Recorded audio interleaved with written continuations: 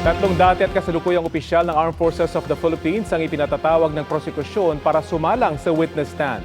Kinatigan ng impeachment court ang pagpapasubpina kini retired Colonel Manaros Buransing II, Colonel Magtanggol Panopio at Major General Adonis Bahaw kaugnay sa confidential funds ng Department of Education.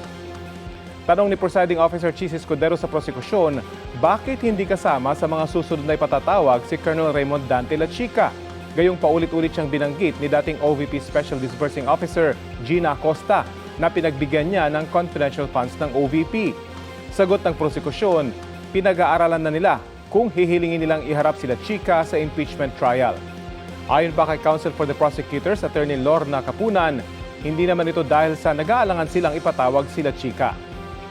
Natanong naman sa pressco ng depensa kung gagamitin ba nila sila Lachica para pasubalian ang mga nabanggit sa trial sakaling iharap nga siya bilang testigo. There is no hesitation. It's just that we're re-evaluating because we have 27 witnesses. Yung tatlo namang Army officers, it's because may certification eh. There